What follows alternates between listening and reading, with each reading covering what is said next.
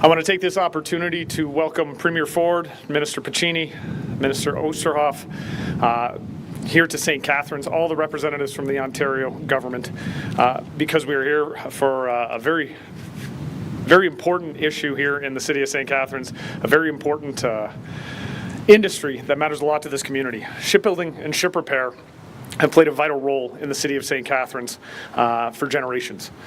And it's become a cornerstone of our local economy and a key contributor to the broader national economic landscape. The skilled trades involved in these industries have been instrumental in shaping the city's identity and fostering its economic growth. Today's announcement underscores a renewed commitment to revitalizing the shipbuilding industry in Ontario, bolstered by the recently approved Ontario Marine Strategy. I'm excited to see yet another investment in the upskilling of workers in St. Catharines and the Niagara region.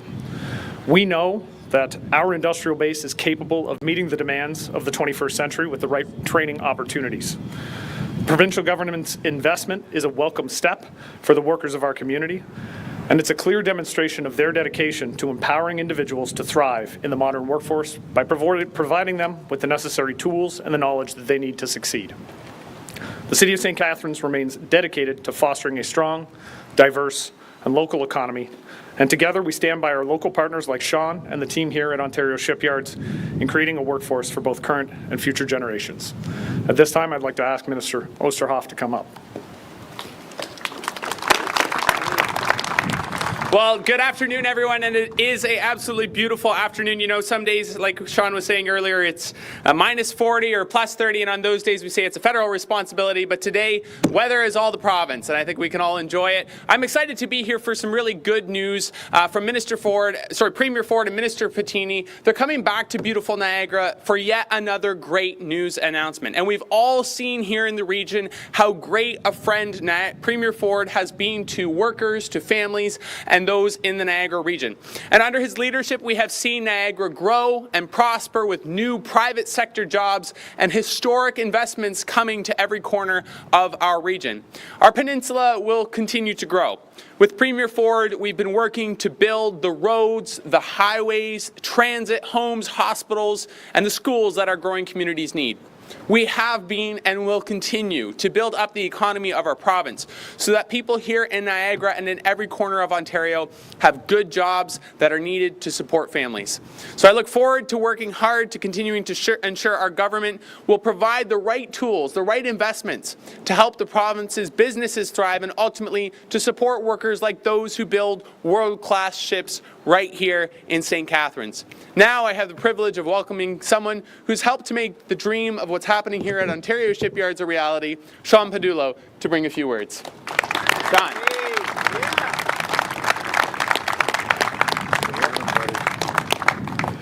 Good afternoon, everybody. My name is Sean Padullo, and I'm the CEO of Ontario Shipyards. On behalf of the 250 dedicated employees at Ontario Shipyards, I extend a warm welcome to our distinguished guests, Premier Ford, Minister Piccini, and Associate Minister Sam Oosterhoff. It's great to see you. Sam's a huge champion for the region. The Ford administration, particularly through the Ministry of Labour, Immigration, Training, and Skills Development under Minister David Piccini, has played a pivotal role in the revitalization of our shipyards and shipyards across Ontario. This support has enabled us to advance multiple phases of the Ontario Shipyard Modernization Project. On a personal note, the Skills Development Fund has been crucial during times when work was scarce, allowing us to keep our workforce intact through various training initiatives. This support has directly benefited over 250 families, ensuring their stability, and many of those families are represented by the fine folks right behind me here. Actually, way to go, guys. So I just want to extend a thank you to Minister Oosterhoff, Minister Piccini, and Premier Ford. Ontario was once the epicenter of shipbuilding in Canada, and today Canada is engaged in the largest shipbuilding procurement in our history, the National Shipbuilding Strategy. We in Ontario have the capacity to contribute significantly to this national effort. I'm proud of the ships being built on the East Coast and the West Coast and in Quebec. However, for the National Shipbuilding Strategy to truly be national, Ontario must play a meaningful role. In this spirit, I'd like to welcome several key suppliers and members of Team Vigilance, a coalition of Ontario companies assembled to support the Canadian Multi-Mission Corvette Program.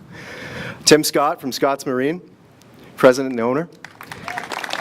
Scott Menzies from the Coating Inspector. Pinnacle Logistics, Aaron Gerber, if you're here, Aaron. From literally just down the street, Rob Forstinger, who's the president of FBT Technologies. It's an amazing company, and thank you for coming today, Rob. And also from the Niagara Industrial Association, we have Jordan Shorlock, who represents many, many businesses here in Niagara that will benefit from shipbuilding coming back home. Thank you. This isn't just about Ontario shipyards. It's about a vast supply chain involving thousands of hardworking men and women across our province. And on that note, I would like to introduce a man who truly cares about people and workers in Ontario, Minister David Piccini.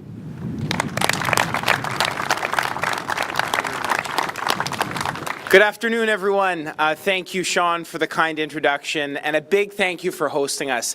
And you heard there from Sean, we, I think, have to continue celebrating entrepreneurs and young leaders like you. And every time Sean speaks to me about shipbuilding, I can see the passion, but it's always underscored by a story, and that story is about these workers.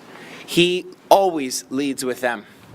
And that's why we're here today. And Sean, I applaud the hard work you've done to transform and rebrand Heddle Shipyards to now Ontario Shipyards. This fresh start recognizes the strength that Ontario workers bring to the table and has opened a new door to fulfilling well-paying and in-demand jobs in this industry. Gone are the days where Ontario is looked to for just maintenance and repairs, but rather Ontario workers are the ones to build the ships as well. Ontario wants in. We want to be a part of this strategy. We have the workers, and this team has put Ontario back on the map. And I was reflecting a bit on history. We stood up to the aggressors in Germany and were part of the Allied efforts in the World War. In fact, shipbuilding dates back to the 18th century in Ontario. And it's great to be here alongside Premier Ford, who's leaving no stone unturned to building a stronger Ontario. Not just automotive, not just critical minerals, but shipbuilding too. Why can't we be part of that effort? And it's not an either or, it's an and. We applaud our Canadian cousins from coast to coast who are building those ships. But I'm looking behind me and I see a team ready to get the job done. Our government's plan to grow Ontario's labour market with a partnership of employers like Ontario Shipyards will attract and retain the next generation of skilled trades workers we need. And there's been no better champion for those workers than Minister Sam Oosterhoff. Nearly 195,000 jobs were recently going unfilled across the province, costing billions in lost income to our economy. That's why, since 2021, under the leadership of this Premier Ford, our government has invested up to $1.4 billion through our Skills Development Fund. Across the province, these projects have trained nearly 600,000 workers for in-demand jobs, including over 92,000 manufacturing workers, 66,000 construction workers, and over 36,000 personal support workers and healthcare workers. You heard from Sean about how valuable this fund has been for workers as we train a next generation with better training, better jobs with bigger paychecks. And we're going to continue to support training projects that give workers, job seekers, and employers hope for a better tomorrow. In fact, last month, the Premier and I announced the 5th round of our Skills Development Fund training stream with an investment of up to $260 million, the largest round of funding since we launched this program in 2021. And I encourage everyone, our labour union partners, employment services, training providers, businesses, entrepreneurs, industry organizations, associations to apply to this fund. It's going to help more youth, job seekers, and skilled workers to receive the training and be ready to fill rewarding jobs in in-demand sectors closer to home. Under Premier Ford, we are working to build a brighter future for everyone in our province, leaving no one behind. Together we can make Ontario the best place to live, work, and raise a family. We can bring back shipbuilding to this province in a meaningful way and grow this remarkable industry. They are doing the work here and deserve to be part of this national strategy. And our message to the federal government is clear. We're the engine of the Canadian economy. We have the talent, and behind each and every dollar in Skills Trades Development Fund is a story of the workers you see behind us, a story of the worker who wants better training in this ever-changing world, a better job with a bigger paycheck, and under Premier Ford, under his leadership, we're laser-focused to make that happen. So I'd like to turn it over for a Premier who's bringing back manufacturing in a big way to Ontario, Premier Doug Ford. Thank you, everyone.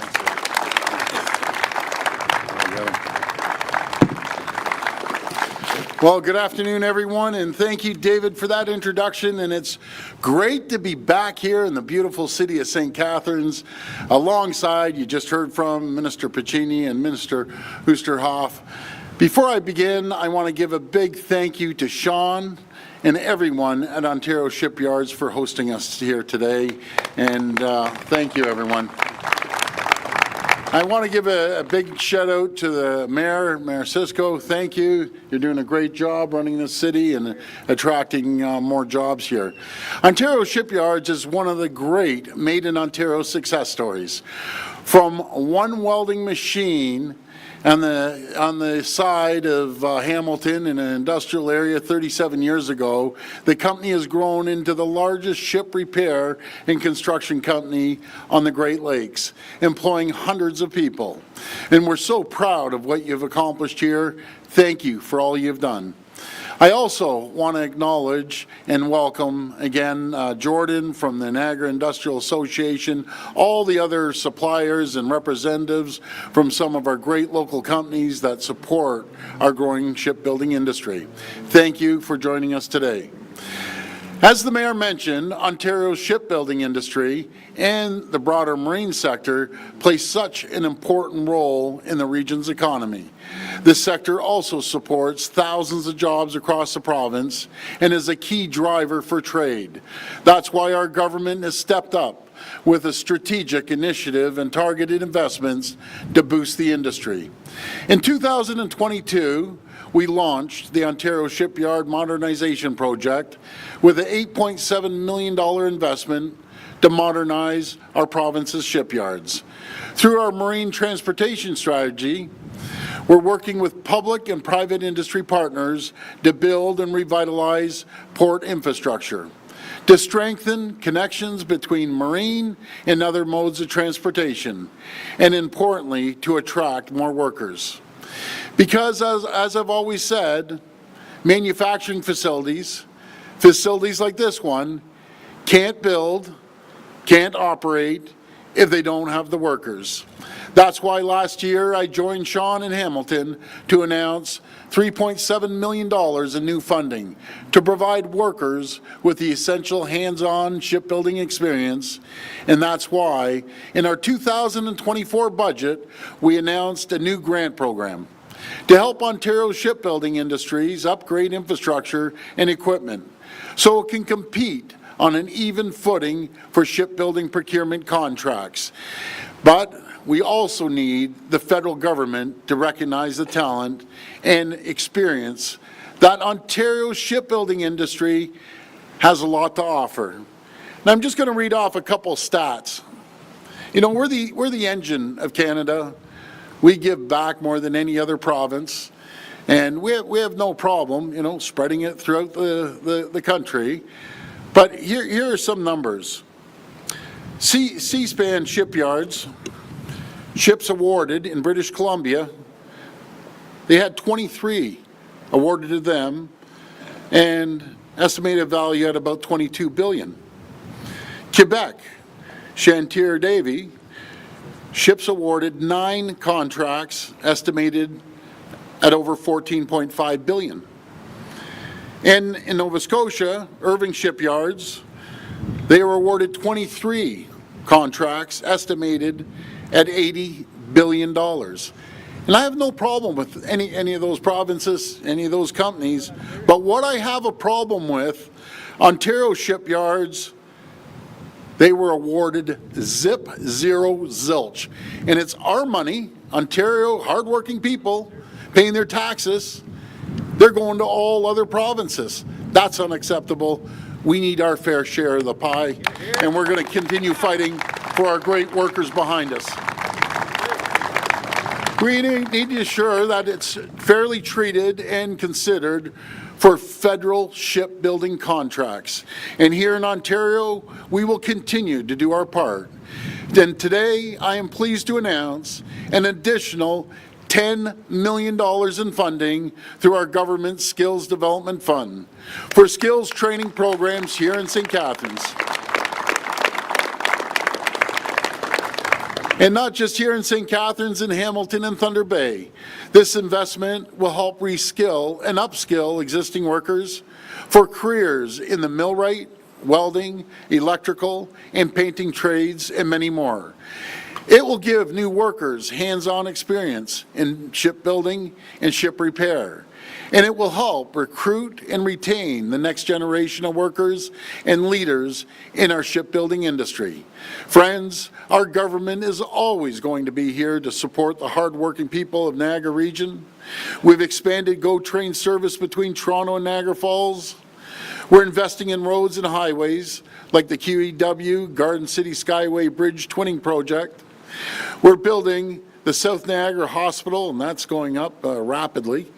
And we're working hard to create the conditions for companies like Ontario Shipyards to grow, prosper, to continue to grow our province's manufacturing sector, and to train workers for better jobs and bigger paychecks for them and their families. Now, just before I finish, I want to take a moment to address the ongoing labor negotiations with CN Rail and CPKC and their union partners.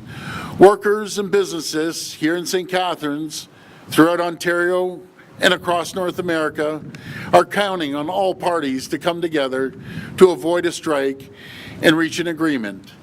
Any disruptions in rail service would hurt small businesses, medium and large, that rely on shipments, drive up costs for groceries and essential impact on public safety, and only worsen the challenges many families and communities are already facing. Again, I encourage all parties to do whatever they can to avoid a costly strike. What I don't agree with is threatening to lock out workers is not the answer. We need everyone to treat each other with respect and be laser focused on getting the deal done. It's in everyone's best interest to reach a fair agreement that supports both workers and the economy and protects jobs on both sides of the border. I want to thank you all for joining us today, and may God bless the people of Ontario. Thank you. We will now go to report. Sorry. We will now go to, oh my goodness. We will now go to reporters' questions. Reporters, please line up at the mic behind me. Please identify yourself by name and outlet. It'll be one question, one follow-up. First question. Thank you. Premier Mark McAllister from City News. Hi, Mark. Obviously, there's a number of questions from my colleagues and I about the announcement yesterday regarding the safe consumption sites. At this point, it sounds as though you want them to make the transition into the heart hubs, as has been announced as well. Just curious what your thoughts are. How do people who refuse treatment go about making that transition themselves? How do you get them into programs and services that you want them to get into? Well, you know something, I just don't believe these safe consumption sites. I've listened to the people in the neighborhoods. I've consulted with them. I've been getting endless phone calls about needles being in the parks. Needles being by the schools and by the daycare. That's unacceptable. What we believe in these heart hubs is we're putting $378 million into supporting people with primary care, mental health services, addiction care and support, social services, employment support, shelter and transition beds, supportive housing and other supplies and services, including naloxone and on-site showers. So, you know, giving someone, an addict, a place to do their injections, we haven't seen it get better. This was supposed to be the greatest thing since sliced bread, It's the worst thing that could ever happen to a community to have one of these safe injection sites in their neighborhood. The other problem I have was with the federal government. You know, safe supply. They get to go up there and get endless amounts of drugs, and guess what they do? They go out and they sell it and get other people addicted, and then they go and get even stronger drugs.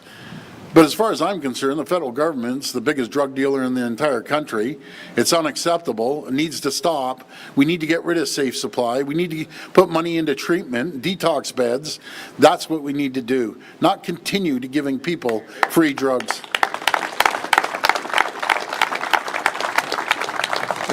Really quickly on another matter, a few weeks ago, City News had a story that's including exclusive video of an undercover police officer while a takedown was taking place, coming out of nowhere and taking down someone, a bystander, and seriously injuring them. Just looking for your thoughts on that matter and whether or not you think the officer involved should be disciplined in any way.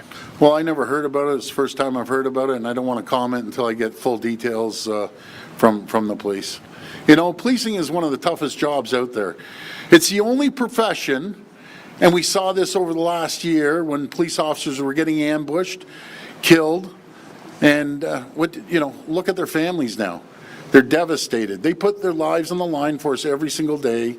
When you're in trouble, you know, you aren't calling Mary Poppins, you're calling the police to come here and support you and put their lives on the line.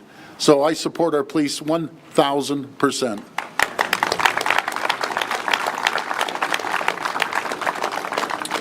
Premier Eric Viano, CHCH News. Just going back to the safe injection sites, there's one that's going to be closing in Hamilton. Many people with addictions also face homelessness. There's concerns that there's going to be deaths and visible drug use in the streets. What are your response to those concerns? Well, that's why we're investing $378 million to find people shelter, to get them help, to have primary care, mental health services, addictions and care support, and housing, and shelter to transition beds.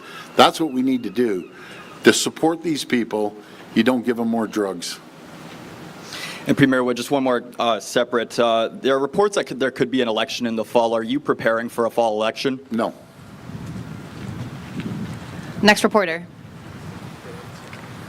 Hopefully I'll get an answer that's more than a word for this one. It's Lorenda from CBC News. Your government looked for expert advice on consumption and treatment services. 2 reports have now been added to the government's webpage. They don't recommend closing the Leslieville site. One even recommends expanding consumption and treatment services. So why are you going against expert advice? Well, first of all, what they forgot to say is public consultation. And I was just wondering how you would feel if I stuck one of these beside your house. You wouldn't like it. Matter of fact, I know you wouldn't like it, neither would your neighbors, and neither would anyone else. And all the kids, they shouldn't be by schools, they shouldn't be by daycares. And we're going to put more money in for these heart hubs that are going to support people the right way. Not give them a free place where all the drug dealers live. And in Leslieville, endless calls nonstop on my cell phone about thank you for doing this, and we are going to support these people that have issues and addictions. We're going to support them better than ever before. And that's what we need to do. There's no place for this.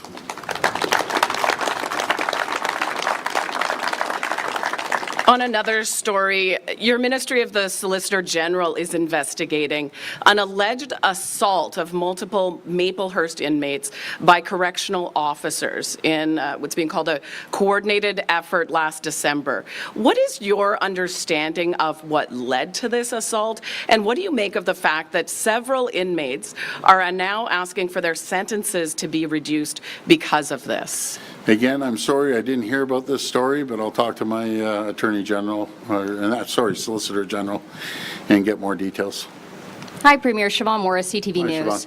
Siobhan. One of the goals I understand you have in this change with CTS sites is to remove, community risk, needles we're finding in the neighborhood. But we are hearing from many people who are working with people struggling with addiction that the changes you're making are only going to exacerbate the problem. You're going to push drug use into parks, out of the CTS sites. You're going to see more needles on the streets. How do you respond to that? Well, those are just typical scare tactics that these folks have been saying for years. It has not worked. Simple. Ever since they've been up, it's a failed policy. Simple as that. We're making a better policy, $378 million to help these people, support them, get them help, get them back on their feet, get them a good paying job. That's what we need to do. We don't need to feed them drugs. It's really simple. My heart goes out for these folks, but we're there to help them. We aren't there to give them safe injection sites and all the drugs that they need. And, that's one side. I've read numerous articles from doctors that have said this is the best thing that you could have done is move forward and support them, get detox beds and get them rehabilitated. So there's two sides. I'll take the sides of the docs that are telling me it's the right thing to do. Mayors across the province are applauding this decision. Communities are applauding it. It's the right decision, and we're going to support these people and get them back on their feet.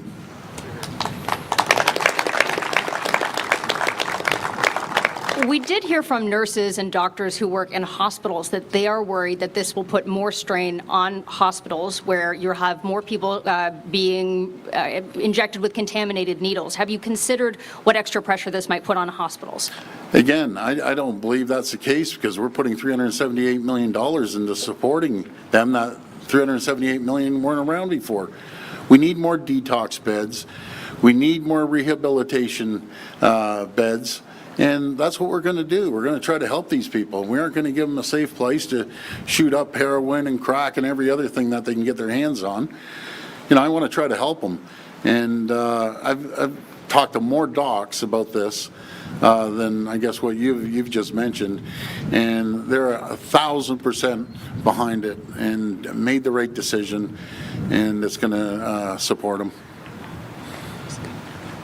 It's Karina Walter from the St. Catharines Standard. St. Catharines, like many other Ontario cities, are having a problem with homelessness, addictions, and mental health issues. We have a fairly new homeless shelter in the city, but we're still seeing tents dotting different areas. The big city mayors, including Mayor Cisco, have asked the province to appoint a minister who would be in charge of a portfolio that looks at homelessness, mental health, and addictions all together, comes up with solutions, has a task force, puts funding towards it. Is that something that you are willing to do, and why haven't we seen something like that already? Well, because we have a minister. We have a couple ministers. We have the Minister of Health that's doing a great job. We have the Minister of Mental Health and Addiction, the first ever in Ontario. We're putting $3.8 billion into mental health and addiction.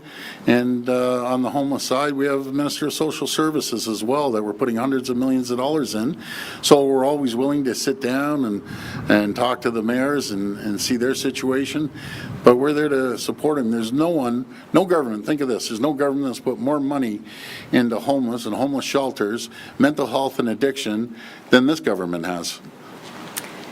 St. Catharines is the largest city in Niagara out of the 12 municipalities, but it's still a small city, and it is putting more and more money into dealing with this problem, money that's coming from property taxes that's supposed to be going to other things, to have supports for people in the community. And I'm just wondering if the city here, if Welland, if Niagara Falls, if we're going to see any direct funding to help supplement some of that money that's being used to do cleanups and to offer supports and provide other, doubling up on city staff, people that have to, for safety reasons, have to be in pairs now going into parks. Yeah, we're always willing to sit down with the mayors and have a chat with them and look at their needs and their requirements and review the funding that they've already received to make sure it's going into the right place. I'm going to tell you a story about up in Rexdale. Oh, did you? Yeah, I was going to hop in on it. Okay, go ahead. No, you tell the story first. Go ahead. So very quickly, I did want to just make a note, because last year, Niagara received an 86% increase in their homelessness prevention program funding allocation.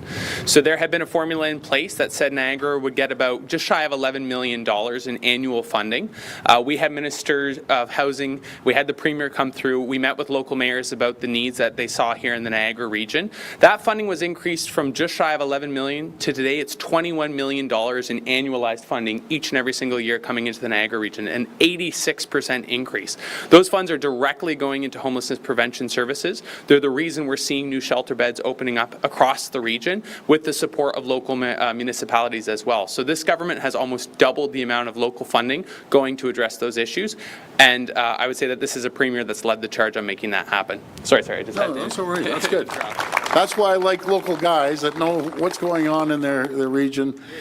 But I was just saying, up in Rexdale, we had some folks show up to a park and decide to pop up some tents.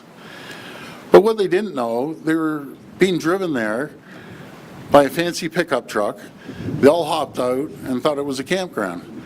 Well, and then on video, the neighbors they're running, wearing these $200 sneakers running around, all having cell phones. So, there's a lot of homeless, and we're there to support them. But I'm just speaking for Rexdale. That was, I don't know what was going on there. But I'll tell you one thing, they weren't homeless. They got up and the pickup truck came by and picked them up, and away they went again to another location. So I'm not too sure what's going on there. Last question. Good afternoon, Premier. Adam from Global News. Question for you following up on what you said about the possible CN and CPKC strikes. Yeah. What measures can your government take to help make sure the supply chain of the economy doesn't get affected by the labor stoppage that might start tomorrow morning at midnight?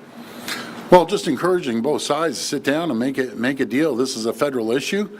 I've reached out to the head of the Teamsters and had a chat with him, and hopefully they can put together a deal as quickly as possible. And as for the retailers and everyone else and the supply chains and the auto companies, we're going to have to see how it goes over the next couple of days, but they're making alternate plans to get goods up here, maybe coming up through the U.S. and into our border, then putting them on the backs of the trucks and shipping it up. But that just increases the cost of absolutely everything, and it's not acceptable. So let's make a deal. Let's have a fair deal for the workers and get the economy going, and let's move forward. Thank you. If that's it, I just want to give my Minister David Piccini a big shout out for his comments about Fred Hahn yesterday. I'm proud of you, David, and this guy's been a bully for 20 years. And do you know what's funny? I'm getting messages on my phone from QP members saying his comments have been disgusting. In my opinion, he's a disgusting human being anyways, but that's here nor there. He says he's bigoted comments. It's unacceptable here in Ontario. We have 110 nationalities speaking 200 languages, and we all need to get together. And I encourage QP Canada, someone has to discipline this guy, and I encourage the workers, next time a vote comes, vote this character out. Because in my opinion, he's just a terrible, terrible human being. Thank you.